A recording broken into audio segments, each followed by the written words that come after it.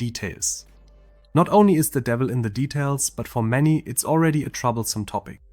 For example, when assembling different screws that all look almost identical, but it actually matters which one is used in the end. This is where worker guidance can help. However, without AI, you often can't get much further, especially when the differences are so minimal. It's all about details, so this is clearly a case for classification. Let's quickly build a suitable AI model. We have this component, which requires 4 screws. This one is the correct screw, and that one is the wrong one.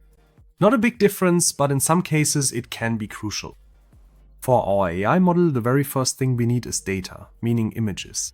Since we don't have our own production line for this component, we'll do everything manually. We vary how tightly the screws are fastened and how the component is positioned under the camera to change the lighting conditions. Once we have enough images, of course, we still need to label them. The wrong and the right screws.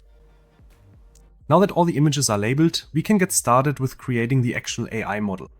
Import the images, define the classes zone for the correct screws and one for the incorrect ones. Now we'll set up a few augmentations.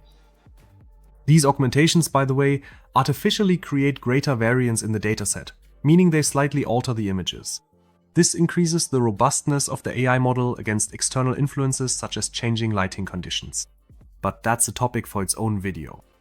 Now everything's ready, so let's start the training. After a few minutes, the training is complete and the AI model is ready for use. With this, we can now build a suitable program to inspect the component.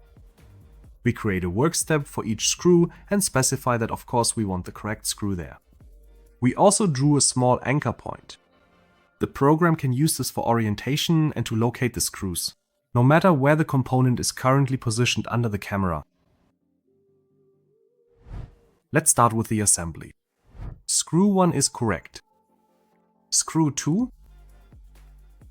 Aha, looks like I picked up the wrong screw. The program now waits until the correct screw is placed, and then it continues. That definitely won't happen to me again. Screws 3 and 4 are in place.